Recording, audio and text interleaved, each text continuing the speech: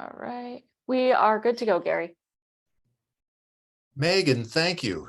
And thank all of you for joining us this afternoon. I believe it's officially afternoon, so 12 o'clock is here, the bewitching hour. So I want to thank you all for taking time during your summer month here to join us. And as Megan said, my name is Garry Sanders. I'm a senior leadership fellow for the SUNY SAIL Institute. And I just have a couple of things to share with you at the start before we get into our topic of the day, strategic planning. So the first thing is we're happy you're here today, and there is more to come, more leaders learning live sessions coming up over the next few months. And you have the schedule here, and you can find all of this on the SUNY SAIL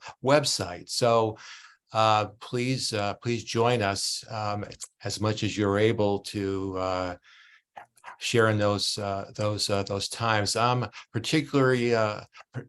particularly interested in change leadership at SUNY. I know we have a good program planned for that. I'll be facilitating the session October 19th on transformative research culture. And then the other sessions coming up, mediation and community colleges should be really interesting and timely, given all that's going on in higher education overall, and certainly within our SUNY system and family. So we hope you'll join us there. There will be an opportunity for those of you participating to complete a survey. We would love to get your feedback, because that'll help us continue to improve and grow the offerings that the SAIL Institute has for the staff of SAIL, and also the leadership fellows like myself to learn from your observations and experience. So we look forward to that. And again, if you wish to register into the SAIL website, you'll get some updates on programs that we have. So please do that. And so, without further introduction, I could do some juggling and singing, but none of you want that. But I think you're all here for strategic planning. So, with that, let's get started. First of all, as we go about our conversation, which is truly what this is, as advertised. Dr. Smith, Suzanne, Dr. Cohen-Vogel, Dan, and I will have a conversation on this topic. Pretend it's a podcast almost, really, in terms of how we're going to go about this. So having your questions and your observations in chat are going to be very important. And before I introduce them, I want those of you that are attending to think of this question I'm going to pose to you, and please do post your thoughts in chat so we can all see them. What drew you to today's topic? What is it about this particular topic and the timing of it that drew you today for the hour here? And we would love to hear what you have to say. As you know from Megan, our webinar will be recorded. It is being recorded now, and we have an hour to learn all there is to learn about strategic planning. And I say that with tongue firmly in cheek here. So for our panelists, rest assured that has not been the promise for the day. So let me just get started with the introduction, and I'll start with Dr. Suzanne Smith. Suzanne is the president of SUNY Potsdam, and she was appointed by the chancellor, and she joined the campus just this past April. So her perspective is extremely helpful here as a relative newcomer to the campus and the system, to really get some insights there. Suzanne comes to SUNY from the Georgia Southwestern State University, where she served as provost and vice president for academic affairs since 2018. And she was responsible there for academic programming and planning and the allocation of resources to meet all of those priorities. She led academic planning processes and helped establish new degree programs and raised a lot of money to help get all those things started.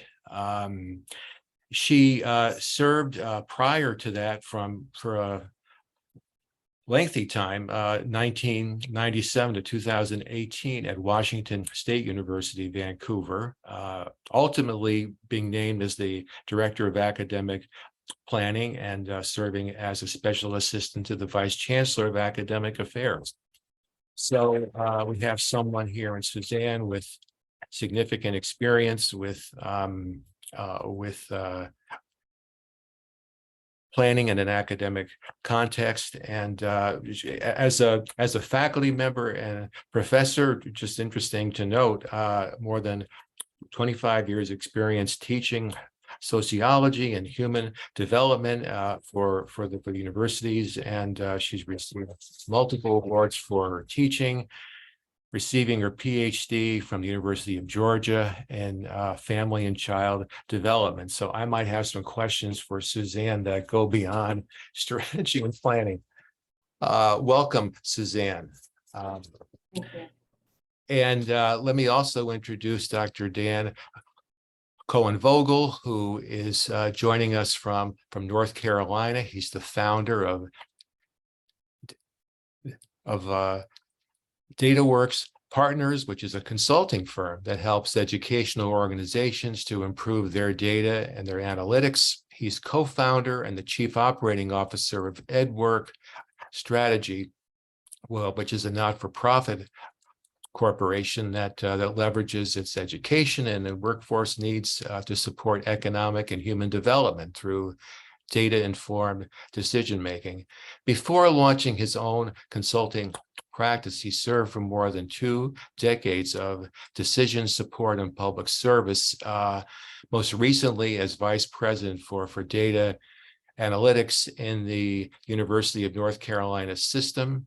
He was assistant vice chancellor for the State University System of Florida and a senior policy analyst in the Florida and Tennessee legislatures. Dan earned master's and doctoral degrees in applied economics from the University of California at Berkeley. So with that, let me get out of this screen share thing so I can be there with all of you. And again, thank each of you for joining us. And I see we have one comment from Orla, interested in this topic and its implementation. Okay, so there we go. We have something to think about right at the beginning as we talk. And so, Suzanne and Dan, welcome. Great to see the both of you, and thanks for making time in your very busy schedules. So, we've had wildfires up in Canada, and we've had smoke, and we had a party planned at our house that we needed to cancel, not because of rain, not because of anything that we could have anticipated or planned for. And it was smoke coming in from Canada, right? We're all coming out of a pandemic. Sometimes it's ebbs and flows. There's a lot of volatility, uncertainty, lots of stuff that's going on out there. So with that as an awful preamble to the question, really. So why should we be planning? Why don't we just learn to surf? Why don't we just learn to dance and just sort of adapt along the way? Why should colleges and universities have strategic plans? So with my tongue firmly in cheek here with that introduction, I'll just appreciate your thoughts on that. So Suzanne, maybe I'll start with you. So thanks for having me. led the strategic planning process at my previous institution, and I'm about to launch on Monday, actually, our strategic planning process here as a new president. It's an exciting opportunity to create a vision for your campus. It allows you to come together as a community and figure out how you as a team want to work together to reach student success, which is the ultimate goal of in the institution of higher education. It allows you to have a more cohesive experience for our students across all areas of the institution if you're all working towards the same kind of goals. And frankly, for me, it helps me figure out how we're going to spend our time, energy, and resources on a campus. And so too often people get involved in pet projects are, a phrase that I hate. Well, that's just the way that we've always done things. That's the way things happen here. Strategic planning allows you the opportunity to think about what you could do differently and what goals you need to reach. Our students are more different now than they ever have been in the higher education, in my time in higher education over 20 years. What they want out of a college degree is different. Higher ed in general is under attack, as I'm sure you've seen in the media. So we have to have strategic planning in order to focus our time and energy on today's student and today's workforce readiness, which is one of the primary requirements of our students today. So those are all things that make strategic planning. I think it's fun. Some people think I'm crazy for saying that, but I love strategic planning. I think certainly something that you shouldn't overlook is it's a requirement for your accreditation process that you have a strategic plan in place and that you are using that to guide your decisions and the things that you do on campus. But to me, it's just a great way to have to be able to explain to people why you're putting time and money and energy into what you're doing. Well, that's because what we agreed as a community is important to us. And so those are the strategic goals that we're trying to reach. Yeah, terrific. So rather than just sort of drift in the wind and just be subject to the slings and arrows and opportunities that come out there, at least try to get a handle on our future and do something about it. Yeah. Thanks. Dan, what being through this a couple of times yourself, what do you think? Yeah, I would echo what Suzanne said. I think you hit, to me, the critical point of the strategic plan, which is you're establishing that sort of North Star. What are we all trying to accomplish? And whether it's, the big strategic plan for an institution or a system, or, my world today is more of a data strategy for an organization.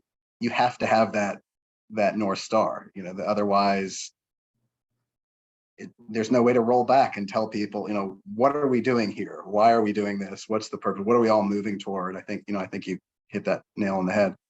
I do sometimes, there's a little bit of cynicism, it's what's the expression? It's a people plan and God laughs, or and I go through this constantly with clients, with my own life, my children. Recently, I have a child who graduated college and is not following the plan that he had in mind, but he's following a direction. And the reason he's able to follow that direction, and I think I shared with you, Garry, at one point, I had this desktop screensaver that had a sort of a very straight line graph picture that said, this is the plan or the strategic plan. And then the other picture was this incredibly swirly line that sort of started in the same place and ended up somewhere close. And that's what I try and tell, whether it's my child or myself or a client, or, you set that framework, you set that goal, and nothing is going to go exactly as you expected it to. The plan isn't it's not engineering blueprints. It's what are we all trying to accomplish, and how do we all think we're going to get there together? So I like the way that you frame that. I think that's why we do it. Yeah, if I can, Garry, I guess I would just add to that. I always say that a strategic plan is a living, breathing document, and because of that, it will ebb and flow, given what happens in the world around you. So I like that point, Dan. I've gotten a very thoughtful chat that I want to read. It was just sent to me, but I'll read it to you. It says, I'm responsible for administrative assessment and aiming to enable administrative units to see, in quotes, see themselves in our strategic plan and how they support it. How can we get more alignment of their goals and outcomes, similar to how students, LO, I'm not sure I got the acronym correct, but you might know, should be aligned, course level and program level, institutional level. So this sense of alignment with administrative units would be helpful for us to chat about. And same person also interested in implementation, how to implement, what structures are in place, what tools are used to collect and report data. They're revising their strategic plan, same goals, but different objectives and metrics. So this is someone who like if this is a barbecue, and if strategy and planning is a barbecue, this is a chef and a compiler of the meal itself. So and you know, I also invite this person, if you're willing to, when we're done here, to add to our conversation, please. We would welcome that. So maybe I'll just pause. I have a list of questions here, but does this prompt anything for either of you? The alignment of administrative folks and how they fit in to this, and questions about structure. It's very, very detailed, and yet it's broad. So. You want to go first, Stan, this time, and I'll. Sure. Well, it does resonate. I mean, I think there's a book, a former colleague of mine wrote a book recently called "You Are a Data Person," and I think that the basic premise of the book is that all of you, regardless of your role, are data people. You're all engaged in activities that create, I'm thinking of this in the data space, but I'll extend it, I guess. All engaged in activities that create the data that we use to inform decisions, and you're all consumers of that data in making decisions, and so you're all data people. And by the same token, a strategic plan is just a piece of paper if you don't have strong implementation. If you don't have a strategy for implementation, you don't have the engagement from start to finish with all the stakeholders who have to make it happen. And that's not just board members and campus leadership. I mean, the registrar, the admissions, financial aid, student services, facilities, everybody is part of that process. And so it's critical that we think about, when we think about that end goal or that set of end goals, rolling it back to what's going to have to happen for that to come true, and who's going to have to make that happen. And by all means, it's folks in the trenches who are going to be engaging with students and making sure that the things that we said we wanted students to know and do and experience actually happen. And that's the frontline staff and the registrar and the admissions and financial aid. It's everyone, it's everyone throughout that process. So I don't know if I fully answered your question, and maybe I'll turn it to Suzanne so to cover for me. But I think that it's critical we think about everyone across the campus as part of that process. And I think that you can do that. And the first place you can start to do that is with your strategic planning committee. So when I do strategic planning, my strategic planning committees tend to be very large. And that's because and there's pros and cons to large versus small. But the way that I do strategic planning, I want to be sure that every area on campus feels like they have some representation in that process and as a part of that committee. And I tend to do strategic planning from a big picture to small picture. So just as an example, our opening session next week, We're doing an opening meeting that's a 4-hour call meeting, and we're going to spend it in small groups talking about, what are the things that you cherish about this institution and traditions that you hold dear, what makes us distinct and unique, and how can we leverage that in the workforce. And then a visioning question that's something like, think about yourselves 5 to 10 years from now. What would you want your institution to be known for? And then have them get in small groups and answer these kinds of questions.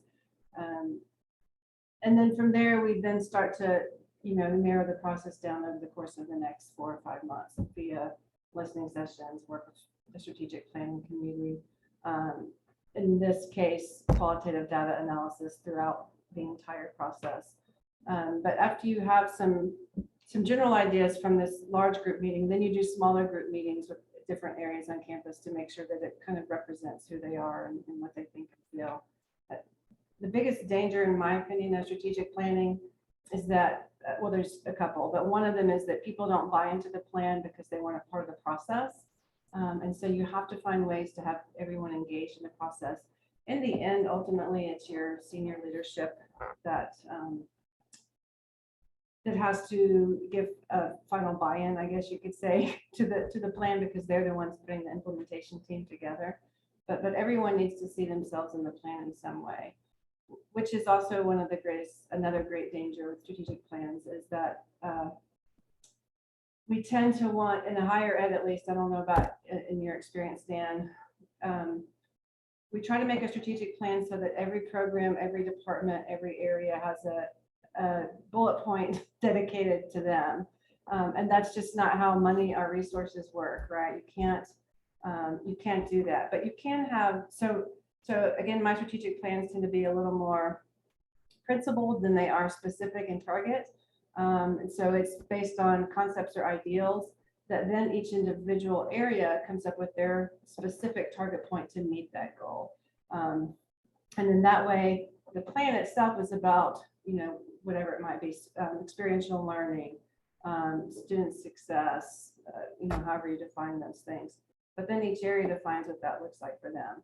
If you try to make the broad categories of your strategic plan match everyone's experience on campus, then your strategic plan will look like every other campus's strategic plan out there. There's nothing to differentiate you. But people want to feel included, and so you have to have them in the process so that when they don't see Crane School of Music in the plan, they don't freak out and say that, well, this doesn't apply to me at all. Yeah. I think that's right on point. I mean, I'm thinking, recently had a conversation with one of the people I'm helping to launch this nonprofit with, the university president, small regional sort of comprehensive institution. And in the course of the discussion of what are we about, he made the comment that, we have to be able to describe what it is we're about and where we're headed in a concise way that helps to garner that buy-in and also keeps us focused. It's not to the exclusion of what, it ought to capture most of what we're doing. It can't capture everything that we do. The institutions and their activities and their impact is too diverse. But said, we are about creating opportunity and economic development in our region. That's our fundamental purpose, and so we ought to be able to package most or all of what we're doing into that idea. Now we might invest in, the implementation part of it might be a little narrower, but you have to make those decisions anyway all the time. Which department is getting more growth funds, or which grad students are going to have assistantships or whatever it is. And but to be able to frame what it is you do really concisely in a way that brings people together around a purpose seemed to me to kind of resonates with what you were saying. Yeah.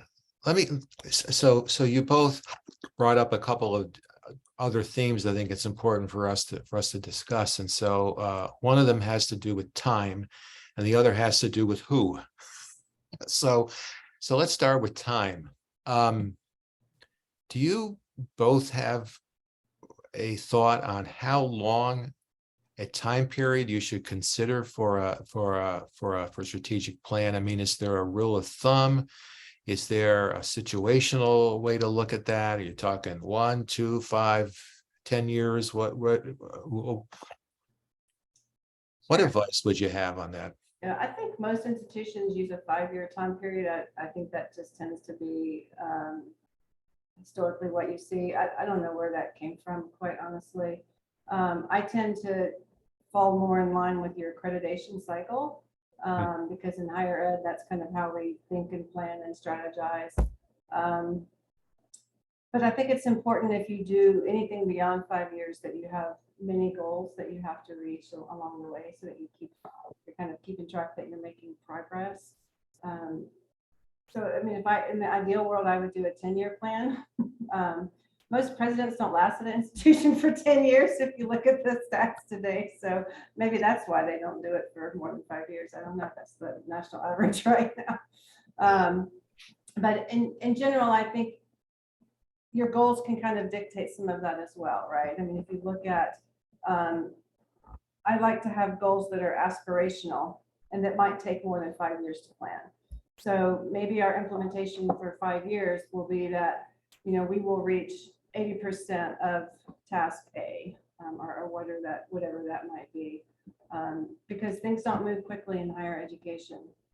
And so it could take you a year to plan, a year to implement, and then now you're 2 years into your 5-year plan. So that's why I tend to like a little longer time period and why matching it to your accreditation cycle, in my opinion, is a way that works well. In middle states, it's an 8-year cycle that gives you time to get up and running, gives you time to be fluid, gives you time to adapt based on whatever's happening around you. Sure. I don't know, Dan, what do you think about that? Yeah, I totally agree. You think you touched on, to me, the point that was in my head most is this challenge of the time scale that you can move a needle in higher education. I mean, just thinking about how much time it takes to bring a student in and move them through and graduate them and help them to find a employment or a grad school. And that's 5, 6, 7 years. Time it takes to create a program and recruit faculty and students into the program. A 5-year cycle seems really short when you start talking about those processes. And at the same time, like you said, leadership changes, people change, boards change.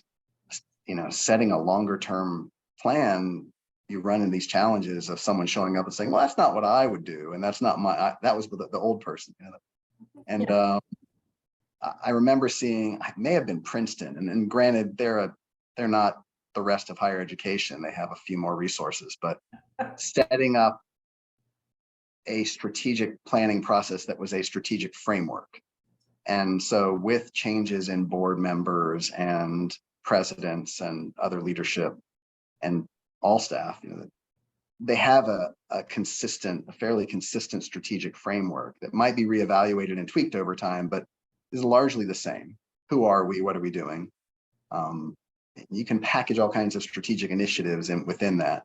I like that idea. But the reality is people want to have their, I'm here because I'm here to make a difference. I'm here to improve things.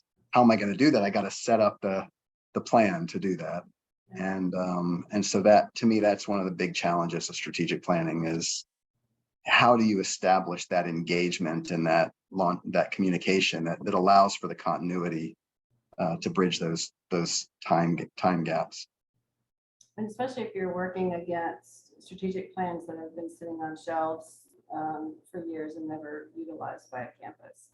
And in some cases that's true, in other cases it's not. But you could be working against a history of strategic plans not really meaning anything.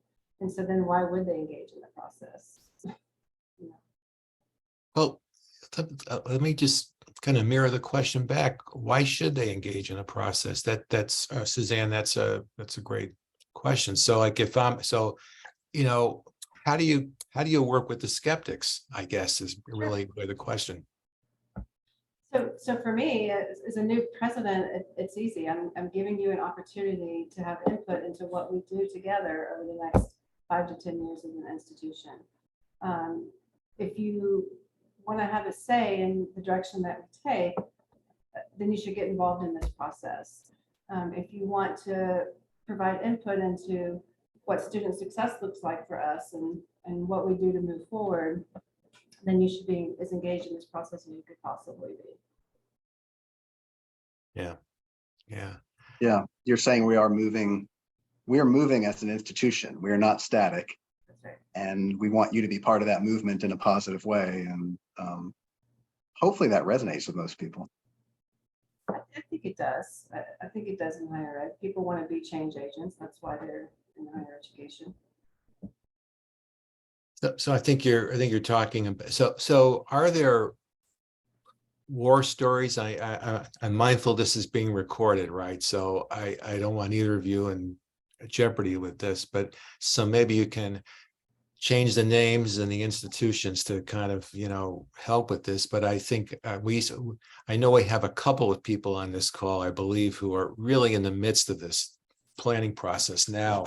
And I think it would probably serve them to hear what are some things that can really go wrong in a planning process. So if either of you want to take out a badge of courage for this one, and it doesn't have to be from your own experience. It could be things that you've observed and things that you've heard about.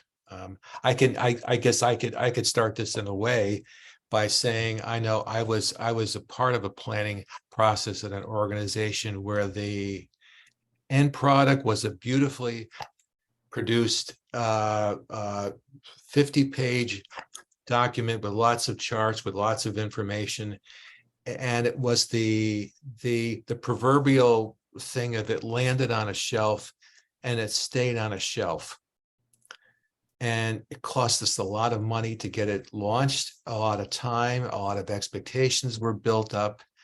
And I guess the lesson there was there has to be some execution and follow through on things. So, I mean, that's just I'm sure other people have had this experience, but either that or other things that maybe you might be able to point out, hey, watch out for this. Well, you alleviate that problem by, the last thing that I always do is create an implementation team so that someone on campus is targeted with following the progress of each goal. And then they have regular report outs, not just to the president, but to the campus, so that we know where we are in our goal and we're keeping track of that progress. I haven't really had any horrible strategic planning experiences, probably just because I like it so much. But I guess what I can say is that taking too long with the process can lead to strategic planning fatigue, so that people that aren't like me, that just enjoy it, if you take too long to carry out your plan, their planning process, people will become fatigued with being involved. And so I think that I tend to do a somewhat abbreviated process for that reason. But when I hear other people talk about it, they say things like, we've been doing this forever. I don't know why we're still having these conversations. How do we not have a plan?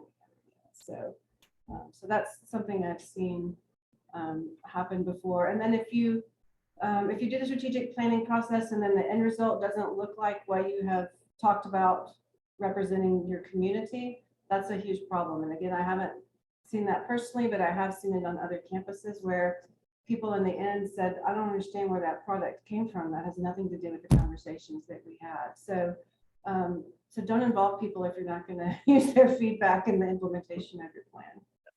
Yeah. I mean, my experience with strategic plans has not been as positive as yours in terms of where they've ended up. I think I've been involved in a number of strategic planning processes at system levels in Florida and North Carolina that have resulted in really beautiful documents or very detailed documents or well-touted documents and websites built around them. And felt like in the end, they were largely PR efforts. The level of implementation was about producing dashboards that could show progress on metrics that campuses were largely pursuing anyway. And there were, it felt very frustrating to be part of the creative process of building, and then on the other end to see it largely become that sort of shelf decoration that Garry described. And on the other hand, I guess when I think about, if I could broaden it a little bit to major strategic initiatives that I've been part of, and I guess the thing that comes most to mind is one of my major undertakings at the UNC system was really a total overhaul of a 16 campus sort of data and analytics ecosystem. And it was like a strategic planning process, required a long runway for planning, real significant sort of leadership buy-in and alignment and engagement from the start, financial support, people support, a lot of cross-functional work within our organization, and then across 16 universities that all had to be on task and on message, or at least they had to be engaged at a deep level across multiple stakeholders and universities. And that was, while there were lots of things that I think led to the success of that, and over 3-4 years, we planned, implemented, and relied on this system ultimately successfully within budget, within the time frame, with a lot, in a very gratifying way as the leader of the project, with going at one point to presentations with campuses and having, let's say, my colleagues at East Carolina University stand up and say, "This is dumb. Why are you putting us through this? It's a bunch of work. It's going to go nowhere. All these projects, don't make me do this." To a year later or 2 years later, standing up in front of a group at East Carolina and having the same person stand up and say, I know what I said, but I'm a believer now. You've converted me. And to see, years later now, when I meet with colleagues in my current role from campuses like that say, this did solve some problems. No, it created some work for us. It's definitely, it changed the way we do our work. It changed the roles on our campuses. It was a major change, and still the communications, the governance, the scaffolding of projects, from building the foundation to building the kind of deeper analytics and visualizations and all the things that we conceived of, are still happening. And so, I'm not saying all that to sort of toot my own horn. Is more of thinking about what was involved in getting there, and it really was, like you described, starting with laying that groundwork of letting people really authentically express themselves about what they thought of this, and hearing the bad with the good, and not saying, wait, we don't want to hear that. Let's bring the positive people to the table, but going out to East Carolina, Appalachian State, whoever said, I don't like this and I'm not happy and I don't want to be part of it, and sitting down and saying, what is it you're concerned about? How can we address that? Where can we move a little bit? Where can you move your position a little bit? And focusing intensively on communication and engagement at all levels throughout, so that whether it was a provost or a chancellor or staff in the institutional research or IT office, they all knew what was going on at a level that they needed to know and felt like they had a voice. And so I think that's very much analogous to what I think would have been a successful strategic planning process had we engaged in the strategic plan the same way we engaged in the data strategy. Sure. Dan, thanks. Suzanne, thanks. Can we focus a little bit? So, again, I'm mindful that there are some folks here that may be really like in the midst of a toolbox, and they're like, I'm either part of a planning process or I need to coordinate a piece of it here. So can you speak to any particular tools that are helpful, things that, I'm sure you don't want like an endorsement of a particular software or something, but just, what should someone have available to them, both maybe in terms of IT resources, people to support, what's like an ideal staff person to have engaged with this sort of thing, so that resourcing this appropriately, I guess, is where I'm trying to get to. What would you need to do to resource a strategic plan appropriately? I've always led it myself, so I don't know what a well-resourced looks like. Dan sure has a better idea about that. For me, it's always been myself having a administrative assistant who could help with the paperwork and some of the planning. And then having an active strategic planning committee. And that's another reason I have such a big committee, frankly, is that there's more people to get work done and to divide tasks among. Yeah, it's really just about being organized and structured in your planning. I'm Suzanne. So how do you invite people to join a committee? What do you actually do? How do you find out who you want to invite, and how do you go about that invitation? Sure. So in my previous institution, I'd been there 4 years, knew everybody. So it was, and I, as a provost, I led the process there. So I worked with the president's cabinet, worked with the deans, worked with directors across campus for their feedback on who would be good committee members. Here, I'm leading the process myself because as a new president, it's a great way for me to get to know my campus and the people that are here.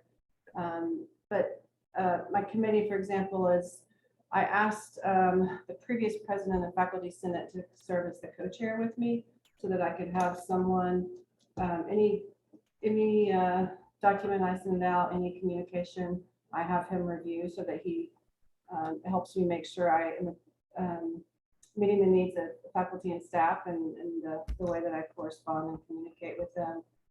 Student government, each of our unions has a representative, our foundation and our alumni board each have a rep, student affairs, communications, enrollment and admissions, our IT staff, a faculty member from each school, someone from student accounts, financial aid, someone from physical plant, someone from our college council, like our student people, college council is, institutional research member as well, someone who can help me see what data we have available out there and what kind of numbers we could crunch to try to answer some of our questions. And each of those people, someone from our communications department. So each of those people kind of takes on a role within the strategic planning committee to think about what we're doing and what we're talking about from their perspective or from their areas of focus. And then work could be divided up, go back and talk to your group about this piece, go back and talk to your, so each group will then go lead sessions with their constituent groups that they represent. So that I'm not having to do it all myself as the chair of the committee. So that's another way that I kind of use my committee as a resource and as a part of the planning process. Gotcha. Thanks for expanding on that for us a bit. Dan, what's your view of how to resource these things appropriately? Our consultant. Yeah, I know somebody. It does. I hesitate to say this because I know the realities that I went through and others. I remember going through a strategic planning process at UNC right at the time that my unit experienced quite a bit of turnover early in my time there. So a 10-person unit had 3 people, and then they said, okay, we need all the data, and you're trying to figure out how to make that not be part of your day job because you have all this other stuff to do. And at the same time, if it's going to be meaningful and successful, it really does take an investment of resources. It can't just be, Dan, in the last 10 minutes of work or in this evening after dinner, can you run a few tables for me for our meeting tomorrow? There's got to be some thought behind it. Yes. So as the IR guy or the data guy there, or working with my colleagues who are in IT, in an ideal world, this would have been prioritized. It would have been a thing we were resourced enough to do and still get our day jobs done. And it really does takes in, I think you pointed to all those people at the table. It takes input from the people who understand your data systems and what's there. It takes input from the people who understand your staffing challenges and your skills and the skills that you struggle to get. You know, people who understand the process of creating and developing an academic program, whatever pieces are going to flow into that plan. Those are all the people, like we said before, have to implement it. They have to inform the development, the creative process, and then they have to be the ones to implement. And so you really want them engaged and invested. And so I think those are the resources you want at the table. And you want it to be so that it's not just, you know, I think my experience, I won't name names but I've been in system offices, organizations where it didn't really matter what my position was, my title. If I was the person who knew that subject or had those skills, I was at the table and I was expected. I think it was at one point, I remember Mark Rosenberg, who used to be the president of Florida International. He was my first boss in the university system in Florida. And he said, look, you know, you're here, you're at the table because I want to hear what you have to say. You know, I don't want to hear later, I told you so. You know, I should have told you so. I'd rather hear I told you so. So, you know, just speak up. And that to me is the right attitude. Is what I always tried to convey to my staff. That really needs to be true for a variety of positions, I think. It's the human resources, technology, data, facilities. It's all the pieces, the sort of infrastructure that has to be aligned. And then it's all the program people who are going to make it happen, whether it's changing how they deliver services or the policies that are in place. And so you do want it broad-based, and you have to figure out how to balance that. So hire the consultant.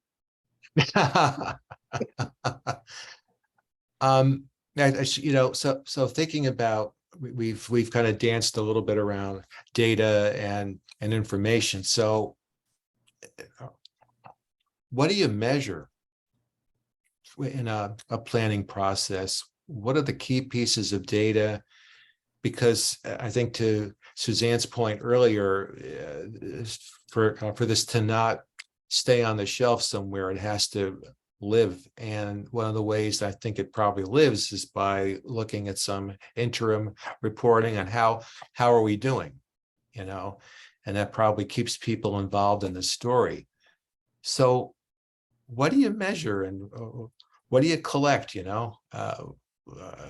Thinking in terms of the folks on our call today, if they're in the middle of these planning processes, or how do you decide what to collect? So maybe you don't have a specific answer to that, but how do you decide what's important to measure and collect?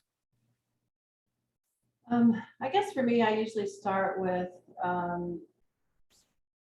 looking at making sure that everyone understands who our students are and what our student population is. So I give information about where our students come from, what our demographic information look like, what our regional workforce data looks like, those pieces of information. And then honestly, I see where the qualitative data that we get from that opening session leads us. And so what kinds of areas are they leaning towards saying is a priority for us? And then before we get together again, we gather data on all of those areas. So if they say experiential learning, you know, what % of our students are getting experiential learning now? What majors?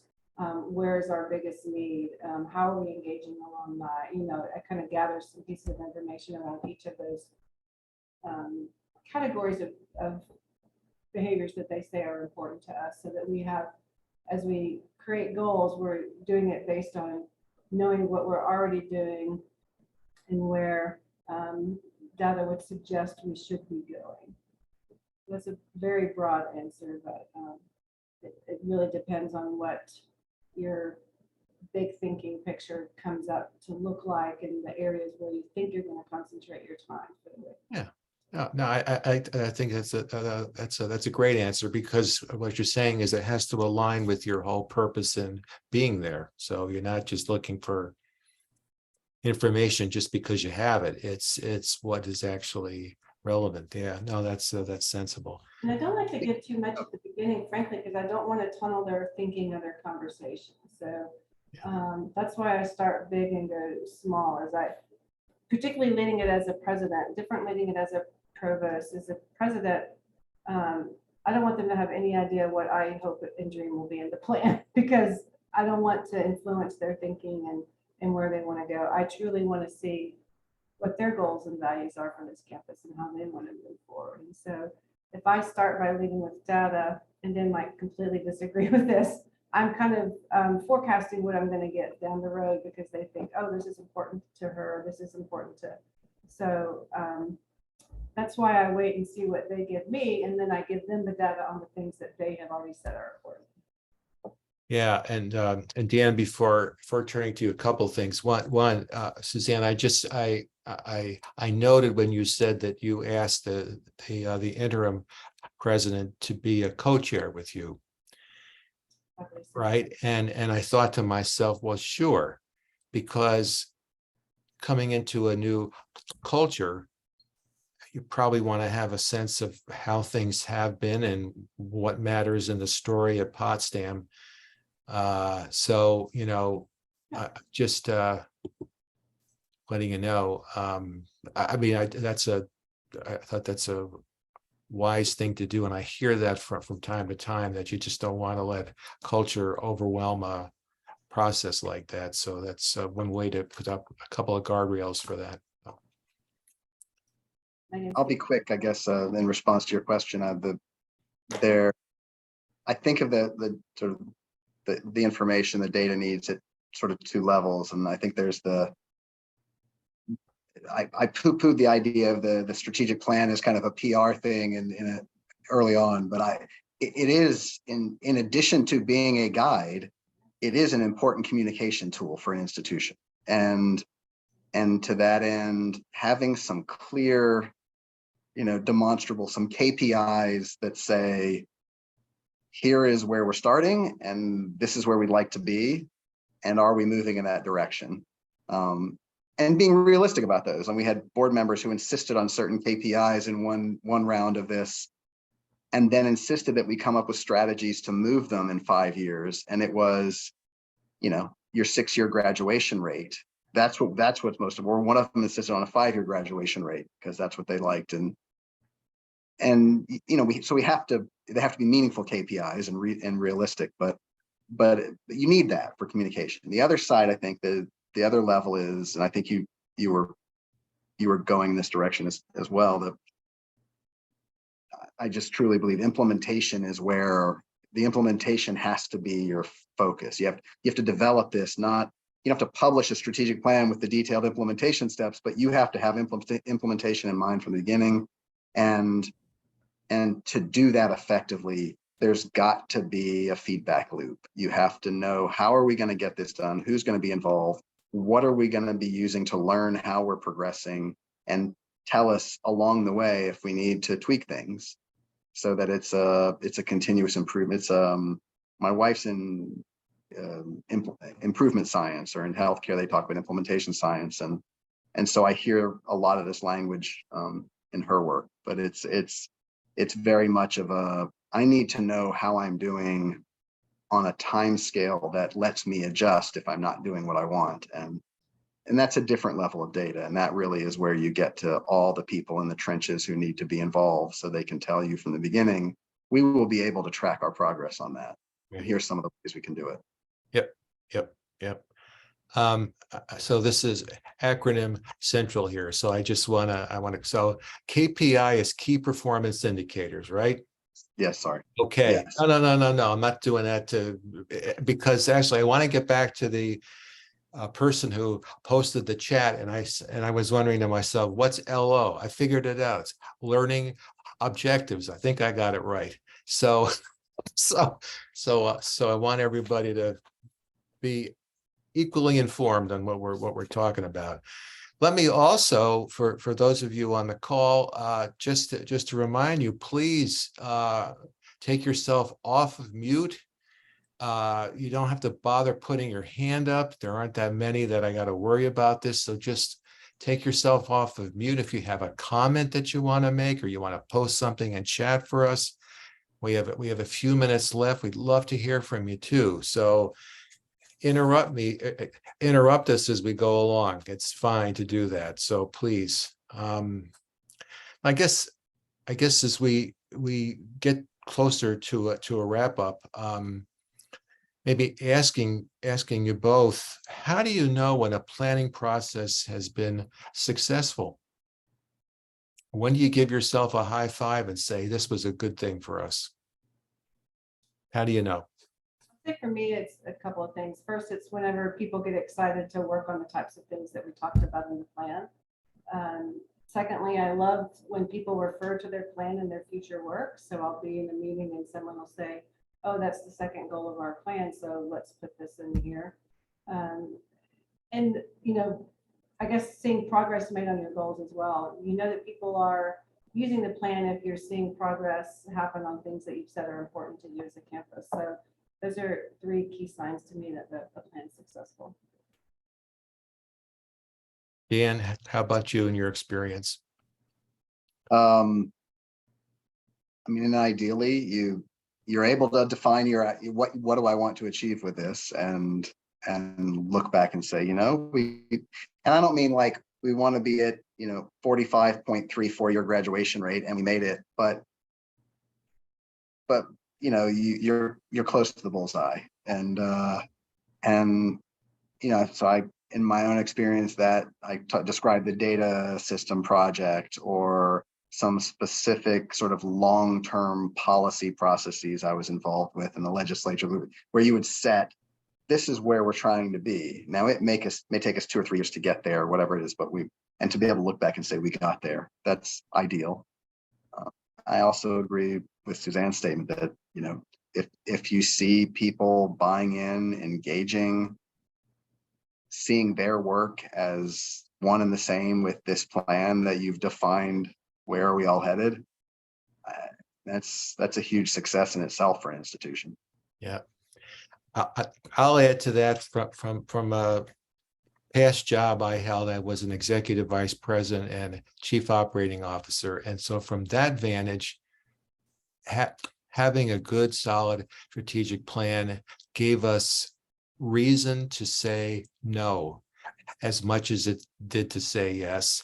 It also helped us answer the priorities, because when you had to start dealing with resources and where do you want people spending their time, so much of it seemed to be before the plan, the way like I even started our call today, wildfires and you know, and diseases, and you know, so to actually say, here's why we're not going to do that in favor of this. So from an operational standpoint, it was extremely helpful. Please, yeah, Julie. Hi there. I'm Welcome. Julie. I'm from SUNY Oneonta, VP for Finance and Administration here. So Gary, I'm really glad to hear that part of what you're saying, reason to say no. That was a question that I was kind of pondering, right? So earlier, I think somebody was talking about the resourcing, and you know, you have to make sure folks have resources available, because some of the strategic plan work is not part of their day job, right? So it's added work, but at some level, we have to stop doing some of the things that we were doing previously. So any advice on where that fits in the strategic planning conversations, on what we have to let go of? Sure. So for me, once we have our kind of our outline of our plan, and it goes back to the departments, as an individual department, they have to figure out how what they're doing feeds into the strategic plan. What kind of a time and resource commitment are we talking about? And then that ultimately means, what do we no longer do because it doesn't fit with the strategic plan anymore? I'm working really hard with that on my current campus.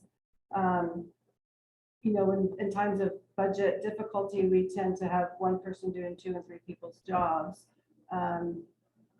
That's not realistic long term. So what you need to start looking at is what can you give up if you're going to take something else on. And it becomes a difficult conversation because sometimes what they don't want to give up is their pet project or a program that they developed, but that might be the one thing that's taking the majority of their time that no longer fits with the strategic plan, right? So it does lead to some difficult conversations, but I think you just have to have open and honest conversations with, this is our new goals, this is our targets, this is what we're trying to reach. And so anything that doesn't fit in with that plan, we put on hold for now till we can reach these goals. You're welcome. If you Julie, have specific questions, I'm go ahead. always happy. Potsdam, president@potsdam.edu. You're feel free to reach out to me on email, and if you have more specific questions about implementation or anything else, I can happy to share the process that I use for what that's worth. And Dan, how can Likewise. folks get in contact with you then? I mean, I guess I can put my email in the chat, but if that helps, Sure. I'd be happy. I'm happy to talk to folks.